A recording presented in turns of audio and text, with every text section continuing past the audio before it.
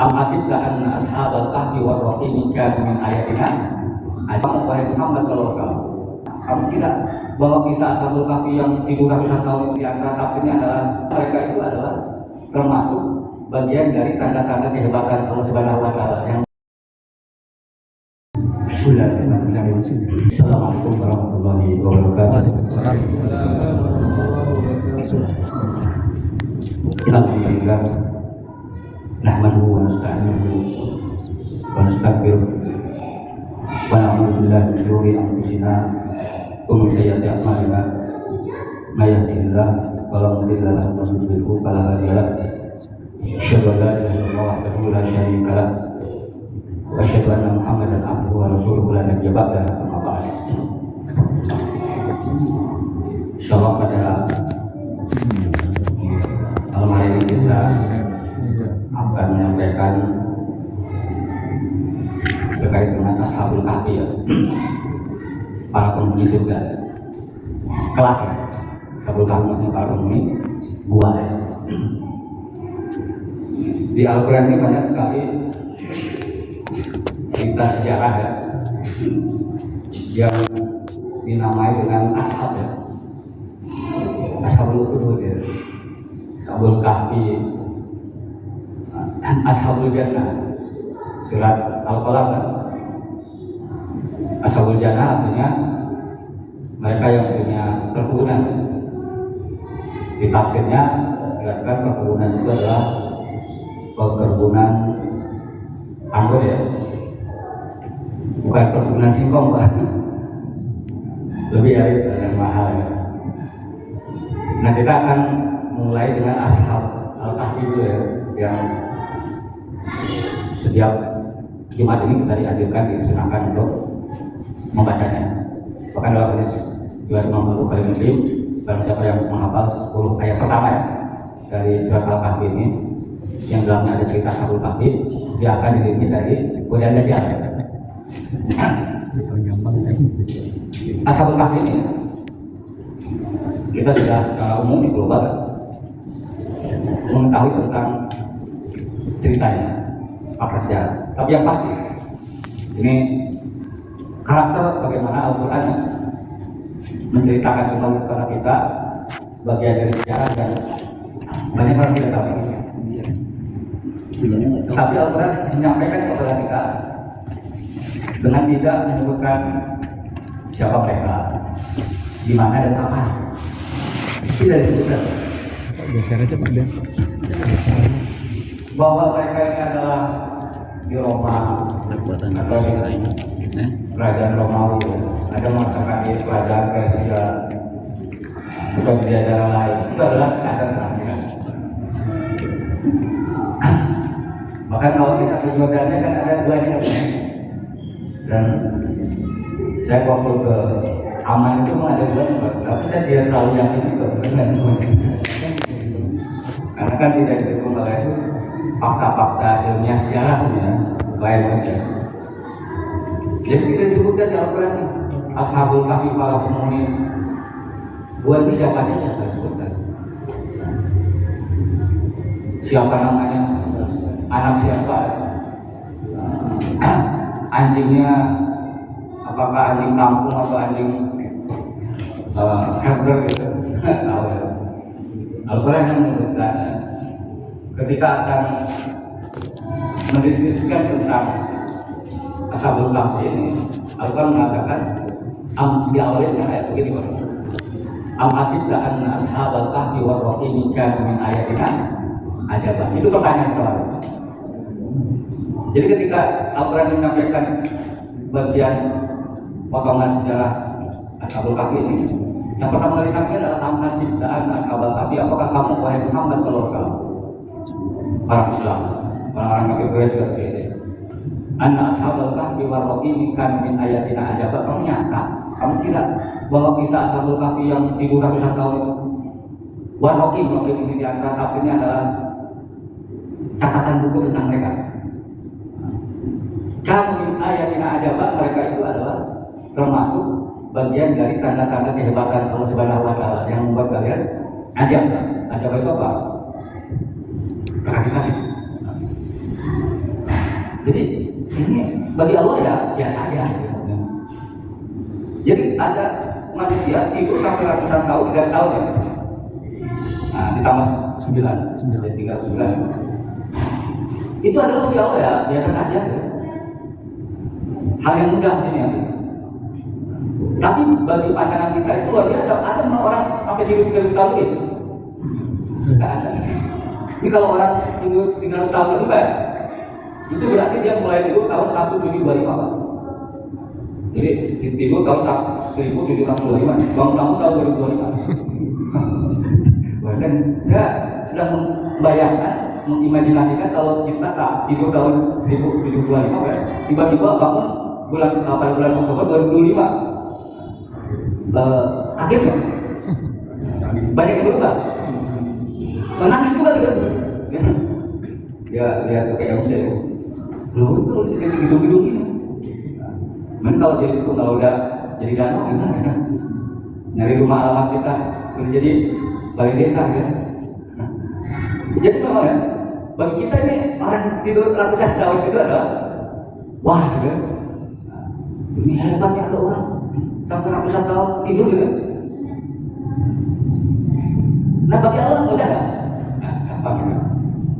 Karena hitungan waktu ini bagi Allah ini ya, itu Allah akan bedakan antara di dunia dengan akhirat itu nanti beda juga ya. Kan ada satu hadis riwayat Imam Al-Bukhari. Walaupun hadisnya yang mengatakan ada satu. Nanti ketika kita bangun dari kubur kita ini, sekarang masyarakat ya.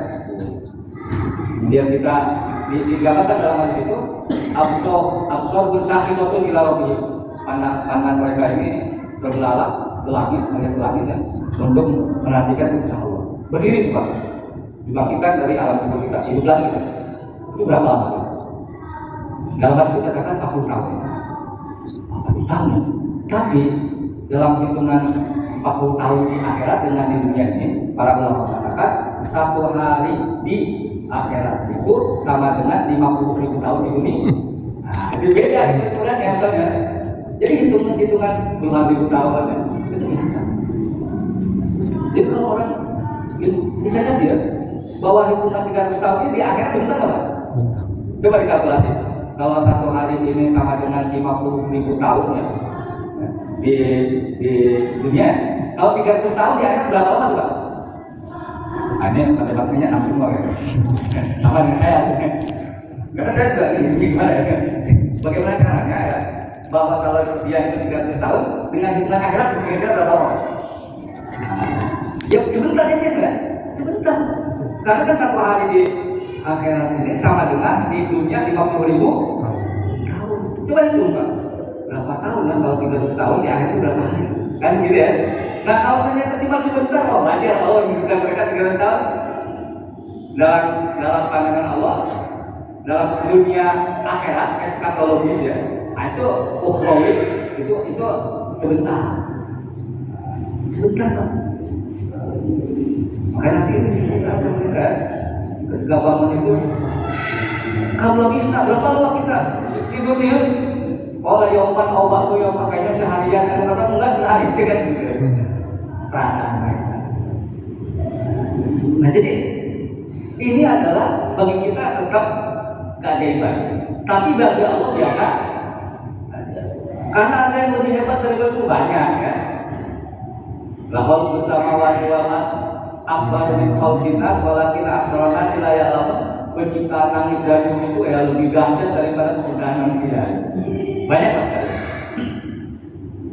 Nah, jadi asal kahfi ini adalah bagi Allah sesuatu yang biasa saja. Bagi kita ya sebenarnya luar biasa ya. Kemudian Allah memberikan satu cerita bagaimana mereka kok bisa hidup sampai 300 tahun gitu kan. Nah, dikatakan begini Allah Subhanahu wa Ta'ala ketika menyebutkan bagian potongan sejarah kehidupan Ashabul Kahfi, para penghuni Al-Kahfi atau para penghuni gua tersebut.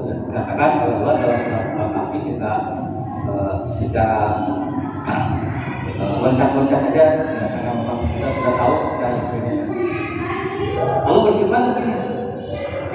al-fidyah ilal kahfi. Pertama yang Allah ingin sampaikan ke kita itu tidak disebutkan nama orangnya, tapi disebutkan ciri-cirinya.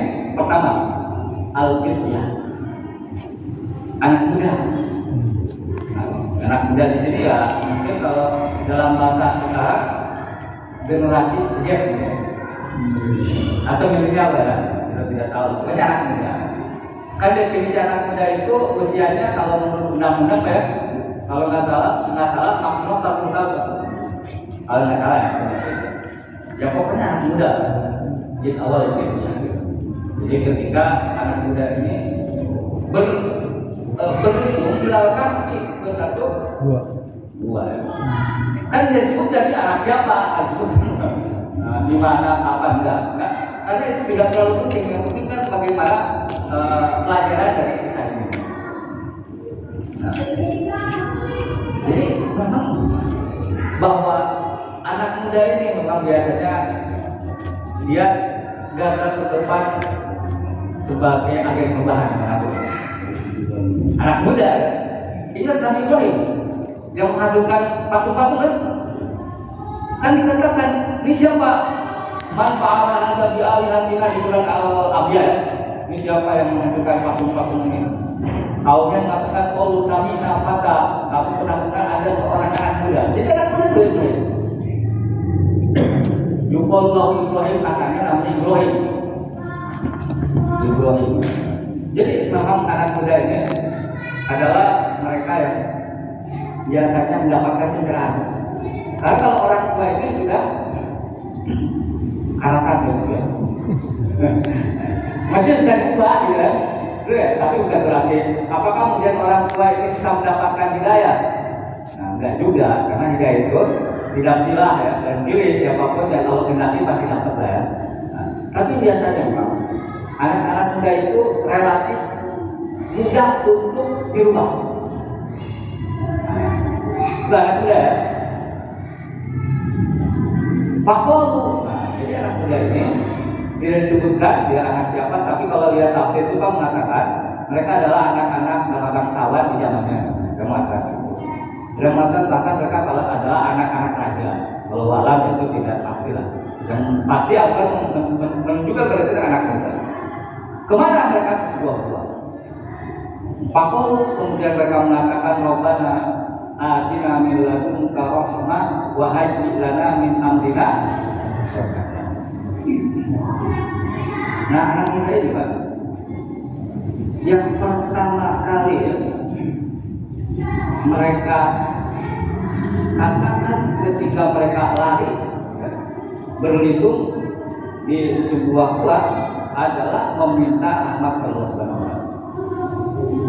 Rabbana atina min ladunka rahmah. Rahmat ini adalah kata kunci dalam agama Islam. Rahmat ini, bahkan ada satu hadis kita sudah sampaikan sini beberapa kali, yang menyebabkan kita masuk surga bukan amalan tapi rahmat Allah ya. Nah, itu kan. Makanya kalau kita ingin meminta kepada Allah, memang minta rahmat. Nah, bentuk rahmat itu adalah kebaikan. Rabbana atina fid dunya. Rahmat itu adalah kasih sayang. Agar Allah ini mengasihi kita. Ya.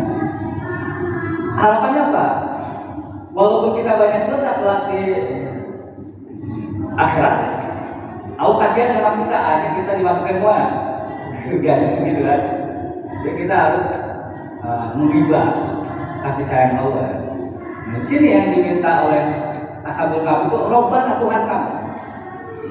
Tuhan kami ini adalah Allah. Karena begini, background dari kisah anak-anak muda ini, mereka yang mengungsi ke sebuah gua ini, kalau kita baca tafsirnya secara singkat, adalah mereka ini itu ada di surat Al-Kahfi ya, 13 ya Pak. Mereka mengatakan begini, innahum fityatun, diulang lagi kemudiannya, mereka itu adalah muda amanu bi rabbihim, beriman kepada Rabb.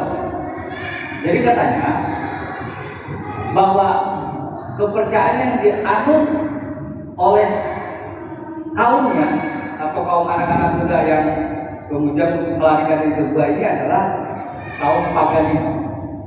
Kaum pagan, pagan itu apa? Menyembah banyak dewa, Tuhan, alihannya dia. Jadi mereka menyembah banyak dewa, Tuhan. Ada. Dan kalau kita lihat sejarah ya, itu memang sejarah seperti bangsa Romawi, Persia, itu kan mereka banyak dewa-dewa. Jangan salah ya, namanya Januari, Februari itu nama-nama dewa apa? Dewa Yunani kan?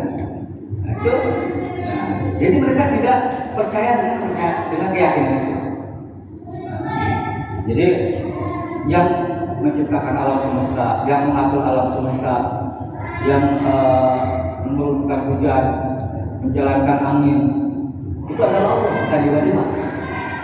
Kan kalau dalam pandangan paganisme ya, mereka menyembah banyak dewa atau pagan atau berhala ya dalam sejarah. Kan ada pembagian tugas kan?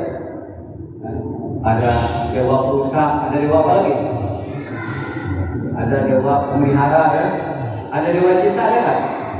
Ada dewa cinta. Nanti ada dewa mantan juga kan? Jadi dalam mutlak itu tidak mengenal banyak dewa. Bahwa yang mutlak berkuasa ini harus satu. Karena kalau banyak dewa, lapas data itu akan berkompetisi. Tuhannya akan saling apa? Akan saling berebut gitu kan? Ya, dewa yang satu mengatakan enggak, saya mau terbit matahari itu dari sebelah mana? Itu yang satu enggak, saya mau sebelah barat. Yang satu lagi saya matahari mau sebelah utara. Dan itu repot kalau gitu. Dan memang secara logika pun, kenapa kemudian alam semesta yang harmonis ya? Bumi berputar, matahari setiap pagi terbit dari arah sebelah mana? Timur terbenam sebelah barat, ada siang dan malam. Itu kan harmonis semua. Planet-planet beredar pada garis beredarnya pada orbitnya kan? Berarti itu ada satu komando kan? Satu kesatuan, ada satu kehendak ya, ada satu kehendak. Itu namanya Maha Esa dalam bahasa Indonesia. Jadi kalau misalkan dewa ini atau Tuhan ini banyak, lapas data ini rusak alam semesta. Karena banyak kehendak itu hanya satu ya Allah. Nah, ini meneguhkan tentang konsep tauhid. Nah, mereka itu tidak percaya dengan banyak dewa. Dan pertanyaannya adalah kenapa mereka mengasingkan, mengisolasi diri kedua? Berarti mereka minoritas. Mau melawan mayoritas, melawan orang banyak, malah jadi binasa kan? Nah, oleh itu kata para ulama juga mengatakan sangat dianjurkan kalau kita kemudian mendapatkan hidayah dan kemudian kalau hidup di lingkungan tersebut kemudian kita tidak bisa menjaga iman kita, maka sangat dianjurkan kemudian kita hijrah. Kalau ditanya apakah ini Ashabul Kahfi disebut berhijrah? Iya Pak. Jadi orang-orang yang diuji oleh Allah banyak yang berhijrah. Kita sudah sampaikan kisah para nabi dan rasul ya, itu pada berhijrah itu.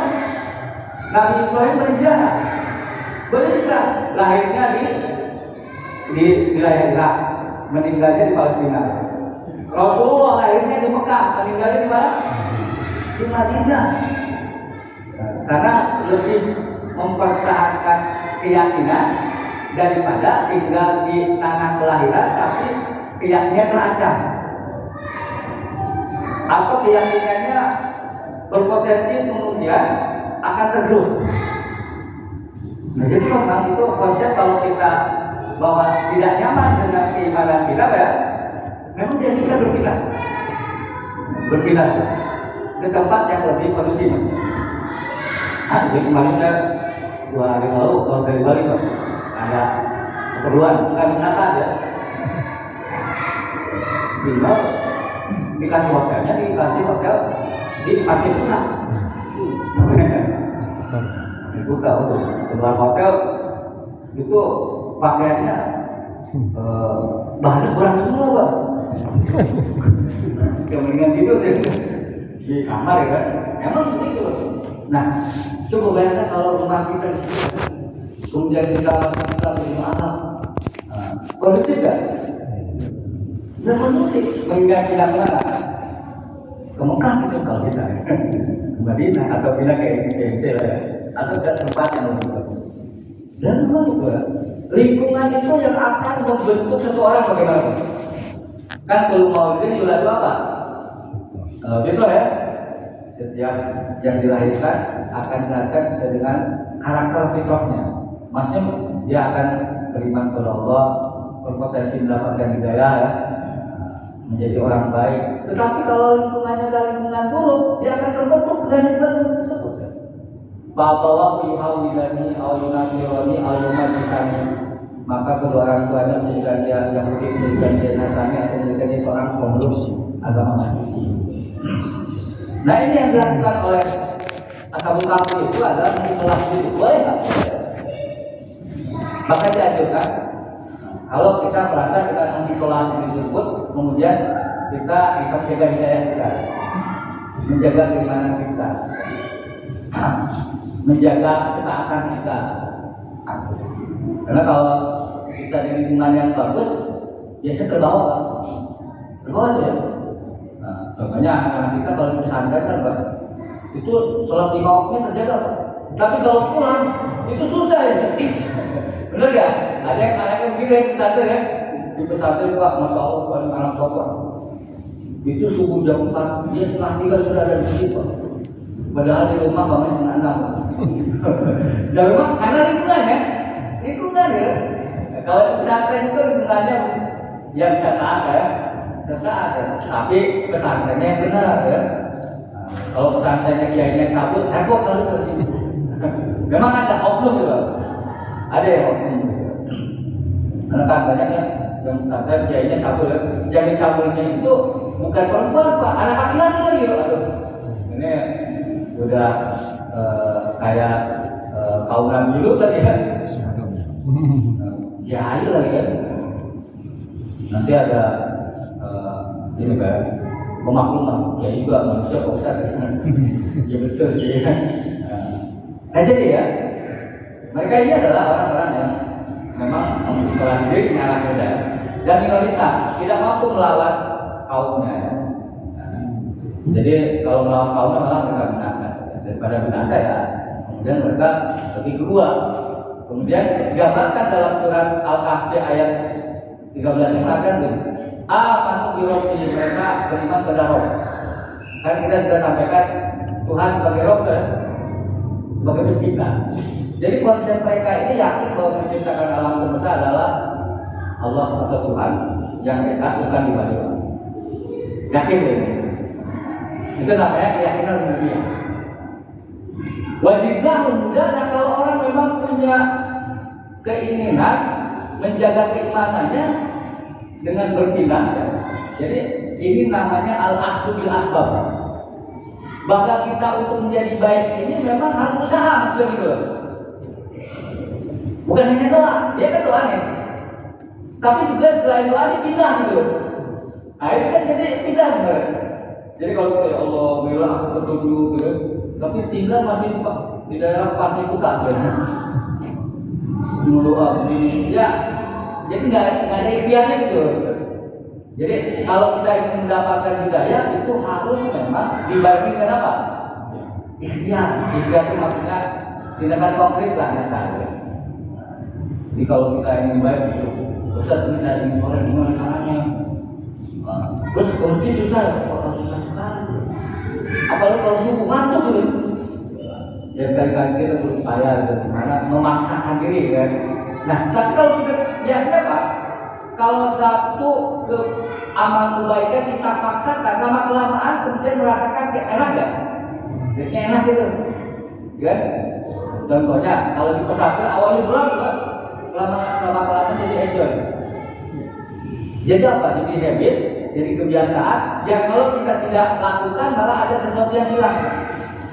Ya.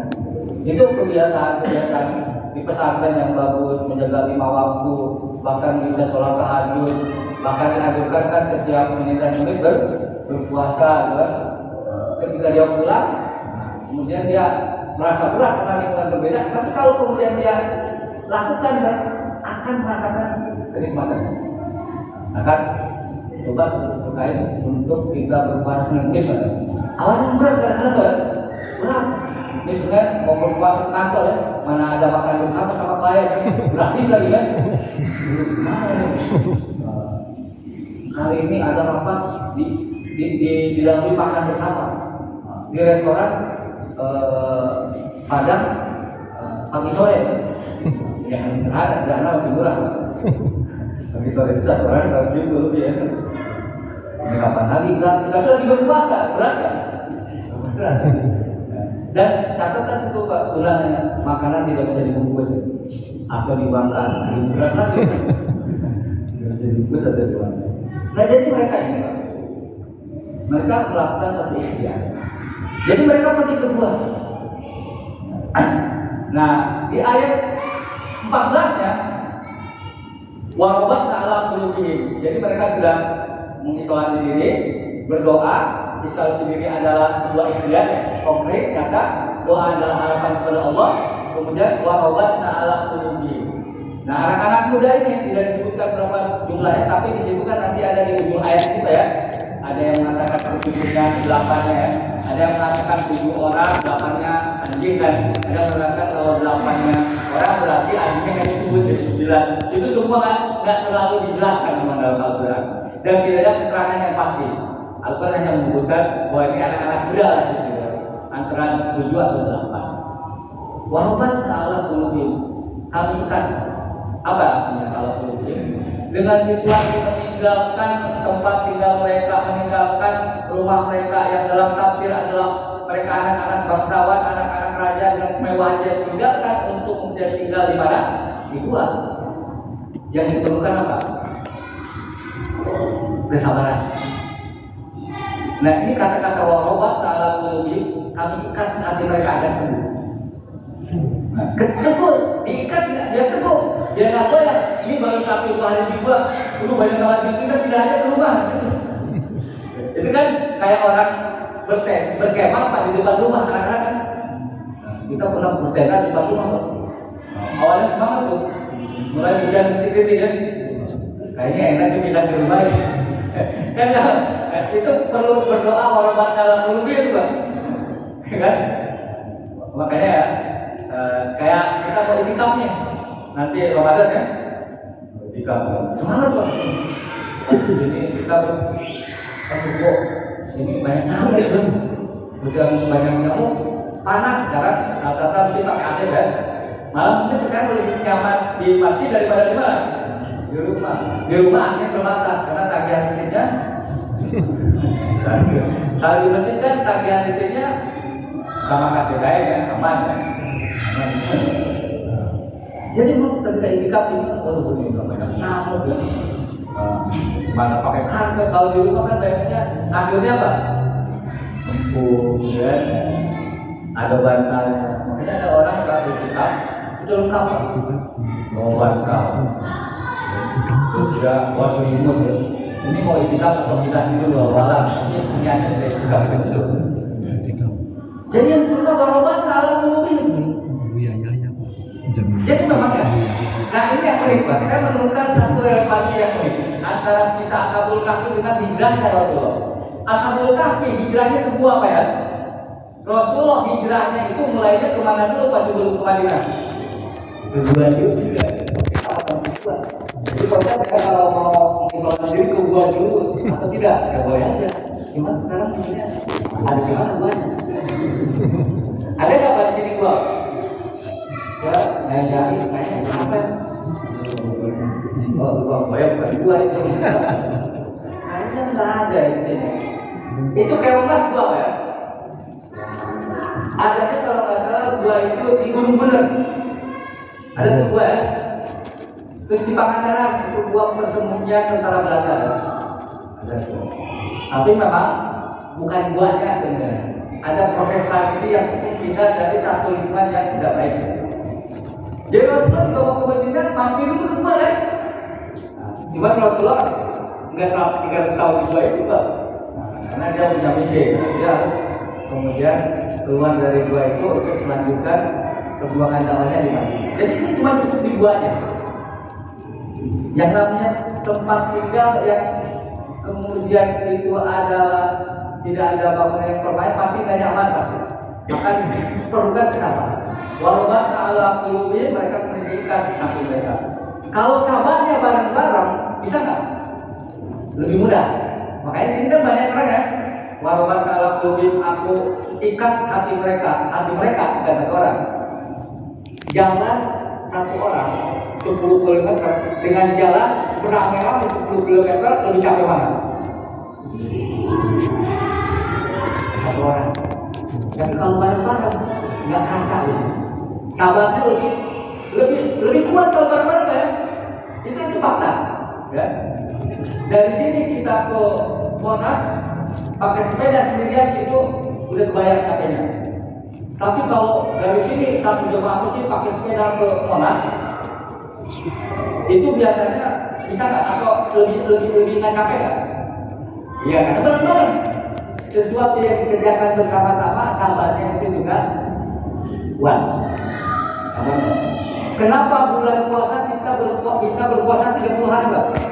Sebulan ya? Bulan. Karena yang berpuasa ramai. Tapi kalau Senin dan Kamis, karena jarang berpuasa. Gimana ya?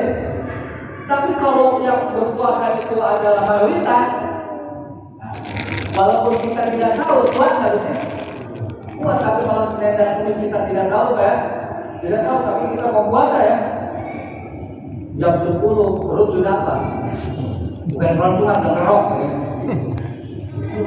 Mana ada nawarin makan gratis, bukan MBG, bukan. Nah, MBG akhirnya ada gratis ya. Ada makanan gratis, restorannya mahal. Rontolan, wah saya cuma Senin sendirian, sunnah lagi, bisa batal? Apa? Bisa, ditawarnya berat. Tapi kalau Ramadan semua orang puasa. Nah ini makanya ini, Ramadan.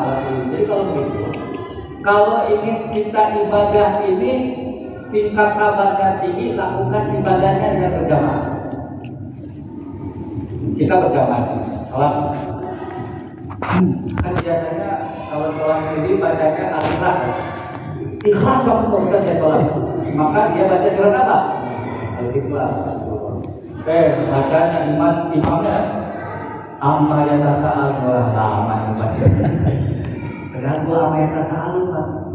Coba kalau al-ikhlas dari kita bulan waktu dari berkah. Wah ini makin lama lagi. Al-Baqarah gitu. Ya. Al-Baqarah. Bapak pernah sholat 2 rakaat satu juz, pernah nggak? Siapa nama? Itu pegel itu, pegel. Cuma yang lebih pegel orang lain, kenapa?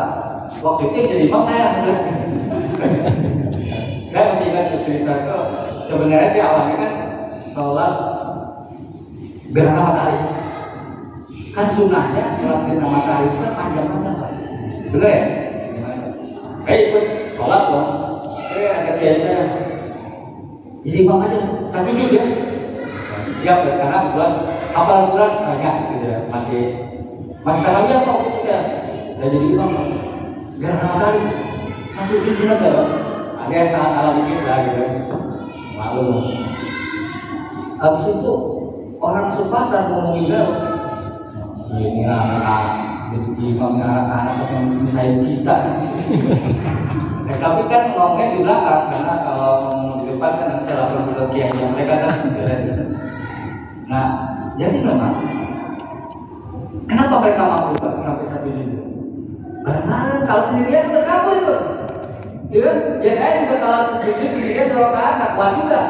Karena saya juga bareng, apalagi jadi imam, tapi kita tahu ya. Nah itu pertama kali saya pengalaman jadi imam sampai 1 rakaat, 2 rakaat, nanti juga. Nah jadi maksudnya bahwa memang untuk tingkat kesabaran kita yang tinggi, lakukan sholat berjamaah, tarawih berjamaah. Kalau ditanya sholat tarawih ini Rasulullah mencontohkan kepada kita lebih banyak sendirian atau berjamaah Rasulullah? Sendirian. Tapi kemudian para ulama mengatakan berdasarkan amalan oleh umat dipotongkan yang mungkin ya ada sholat tarawih ya umat dipotong bareng-bareng, maka kemudian para ulama mengatakan kalau sholat sendirian itu lebih khusyuk, lebih lama itu lebih baik. Jadi bapak kalau sholat tarawih di Masjid Al-Makmur ini kurang lama lah. Saya kan biasanya 2 jam tarawihnya, itu lebih baik tarawihnya di mana? Sendirian itu bagus semua. Terus kalau ditanya, Pak kata aku datang tarawih di masjid, nggak enak Pak itu. Saya biasanya kalau tarawih 2 jam sendirian, wah hebat ya. Hebat ya. Masalahnya ya, kalau sholat tarawih 1 jam aja, banyak yang beruntungan. Wah, sholat tarawih lama banget. Saya yang batas istighfar kan. Sholat tarawih walaupun 11 rakaat 15 menit selesai ada nggak? Itu ada belum itu? Coba itu. Sebenarnya kalau mau praktik kan sholat tarawih itu ya setengah jam ya, itu yang normal ya. Itu pun area bacaannya yang paling Al-Ikhlas. Biasanya kan ada sholat tarawih rakaat kedua baca surat apa? Al-Ikhlas terus ya, ada yang begitu. Ikhlas banget tuh orang ya. Ya nggak apa-apa, karena ada sahabat yang tanya, kenapa sih kamu baca surat Al-Ikhlas terus? Ya Rasulullah, bukan karena sengaja ya, karena senang konteks isi Al-Ikhlas itu bagus. Definisi tentang Allah, singkat dan padat. Kata Rasulullah ya, kalau kamu suka dengan surat, maka Allah mencintai kamu dengan surat Al-Ikhlas tersebut. Wah, jadi dari konteks kalau gitu. Jadi kalau kita sholat selalu baca surat apa? Al-Ikhlas. Memang surat Al-Ikhlas ya biasa. Jadi Iqam Mufaqol Rabbana, mereka berdoa lagi untuk penegasan tentang konsep keyakinan mereka yang baru, namanya apa? Rabbuna Rabbus samawati wal ardh, bahwa yang disebut Tuhan itu yang menciptakan langit dan bumi. Ya. Anta kemudian mengatakan sini, la nad'u min dunihi ilaha. Kami setelah mengenal Allah sebagai pencipta langit dan bumi, sebagai Rabb, maka setelah ini kami lantas never, tidak akan pernah kemudian menyeru atau berdoa min dunihi, ya, selain Dia sebagai Tuhan. Kata mendoa itu, menyeru di sini adalah ada satu pelajaran penting, bahwa berdoa ini hanya boleh langsung kepada Allah, tidak boleh yang lain. Makanya kan dalam ajaran Islam yang lurus kan, boleh nggak kita meminta atau berdoa kepada kuburan? Nggak boleh.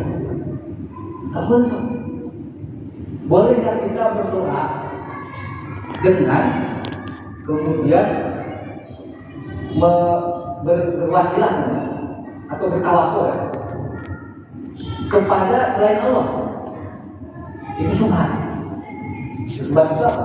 Sesuatu yang dikhawatirkan terjadi kepada kesyirikan.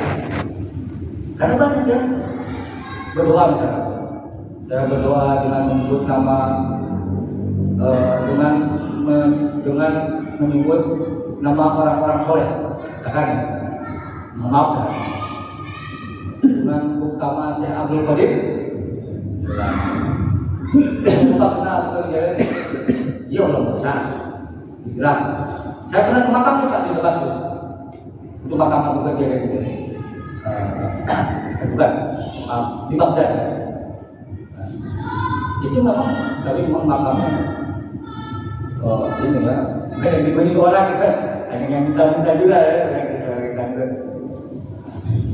Nah jadi konsep berdoa itu pada Islam itu tidak boleh kepada makhluk. Bagaimana? Harus kepada langsung, ya. Minta itu langsung bersama. Nah ini yang pertama kali konsep keyakinan yang ditunjukkan oleh Ashabul Kahfi yang baru mengenal Allah dengan mendeklarasikan, menyatakan lan nad'u min dunihi ilaha, kami tidak akan pernah meminta dari selainnya ilaha sebagai Tuhan. Lakon punna idan sapoto, kalau kamu melakukan berdoa kepada selain Allah, maka itu adalah satu kesalahan yang fatal.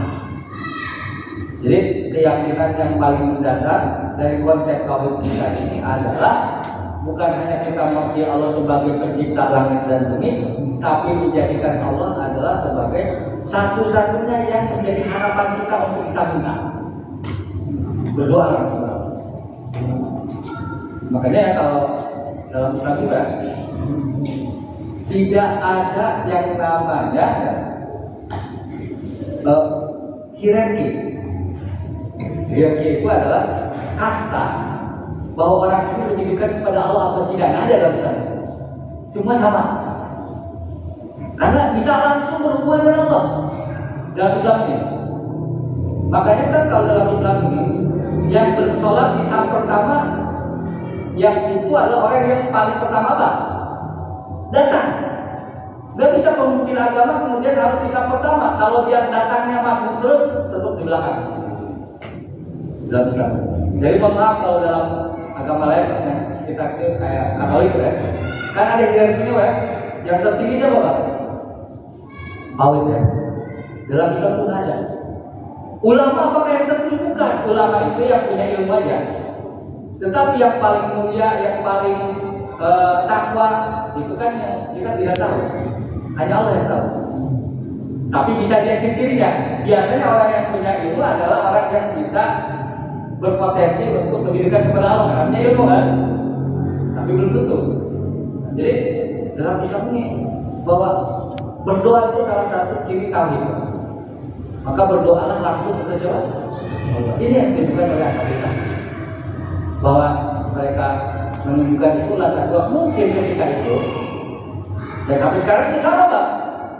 Ketika mereka meminta sesuatu itu tidak langsung kepada Allah, tapi kemudian harus dengan melalui ada proses yang itu sebenarnya tidak diajarkan dalam Islam.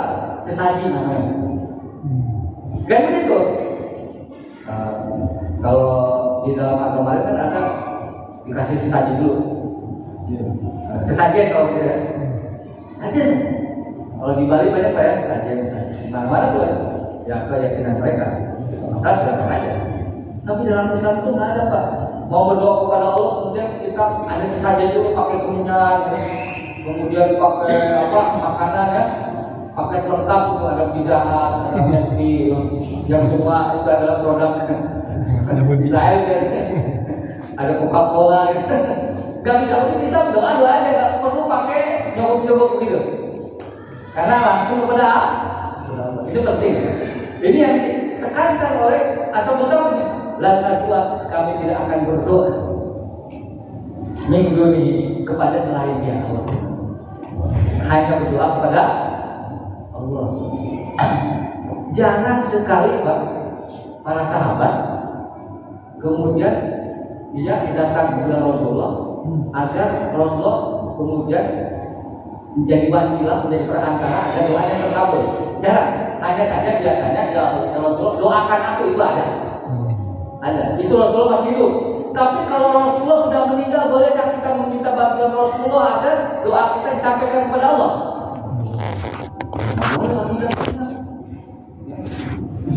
Tapi ada yang samakan ada. Dengan berdoa kepada kuburan Rasulullah, semoga doa kita dikabulkan oleh Allah. Ada yang begitu kan? Dan itu kurang tepat. Karena Rasulullah sendiri mengajarkan kepada kita langsunglah berdoa kepada siapa? Itu penting.